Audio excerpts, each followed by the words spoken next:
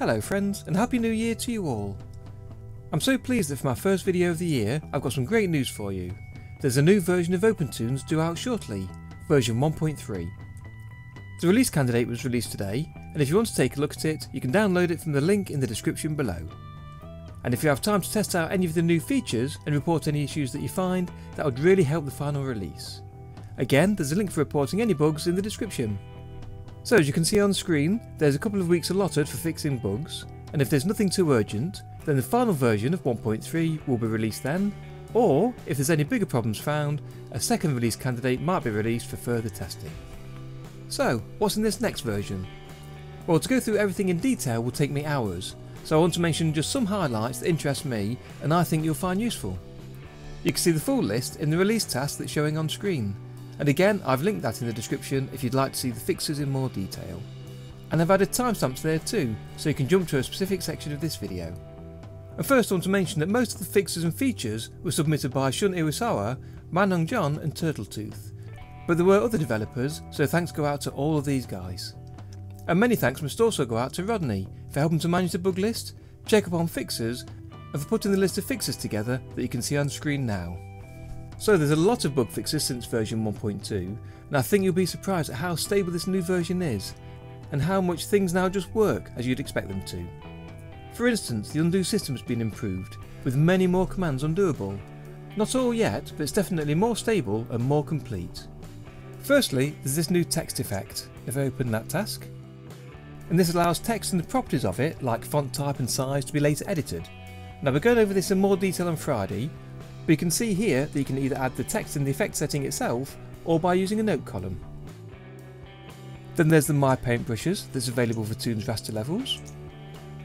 And this is a great improvement. It means that you can use the MyPaint different styles of brushes to draw your images and to change their colour after drawing them, and to use the Toonz Raster fill tool with them. So it makes them much more usable than on a standard raster level. And next is the new Clapperboard feature. This allows you to add a clapperboard at the start of your rendered MP4 files, and will benefit you most for assembling multiple video clips or when you share rendered files with other users, so they know who made the scene and what's in it. And that's great for collaborations. There's a whole range of improvements for the shift and trace feature. These make it easier to work with shift and trace. For instance, to know which image you're moving with different colours for each drawing, and with toolbar buttons to select each drawing to shift and also to clear the shifts. And you can now modify the scale of the drawing. Finally, you can press F1, F2 and F3 to flip between the two drawings and your current drawing. And there's updates to the translations, so that'll help some of our international users. And there's a whole raft of improvements to image processing, including fixing some of the anti-aliasing issues that have been reported and some of the SVG issues. There's also been some improvements to the schematic, including a multiple connection feature that you can see here. And as you can see in the gift, this allows you to connect multiple nodes to a single node at once, which is useful for inserting new nodes, like you can see here with the peg. And there's also a couple of timeline XSheet improvements that I can't wait to get my hands on. For instance, the improved onion skin targeting, which sorts out the spacing around the onion skins, so that you can better turn on and off the onion skins and not change frames.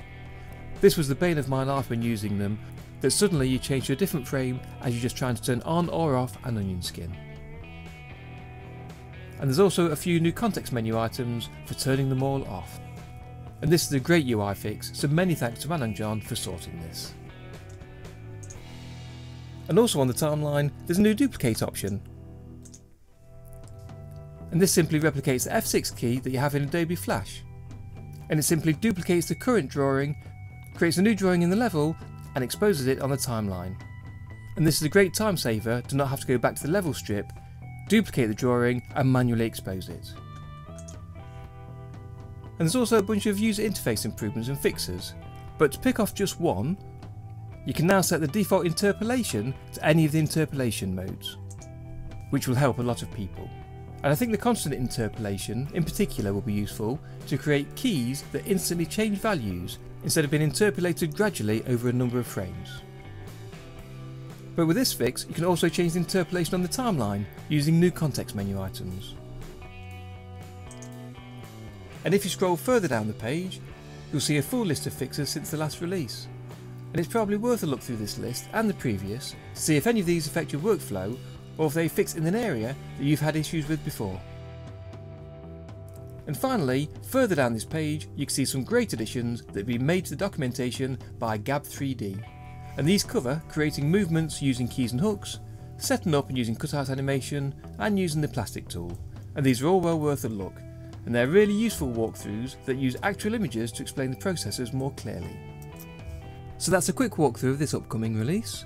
Either take a look at the release candidate, out now, or wait for the actual release, due in a couple of weeks. And when it's out, it'll be available on the official OpenToonz website, and I'll drop a message out on my Twitter, so follow me there to not miss that. And subscribe to this channel for more news about OpenToonz, OpenToonz tutorials and animation. And remember, this Friday I'll be putting out a video to take you through the new editable text effect, available in 1.3. And that's a guarantee.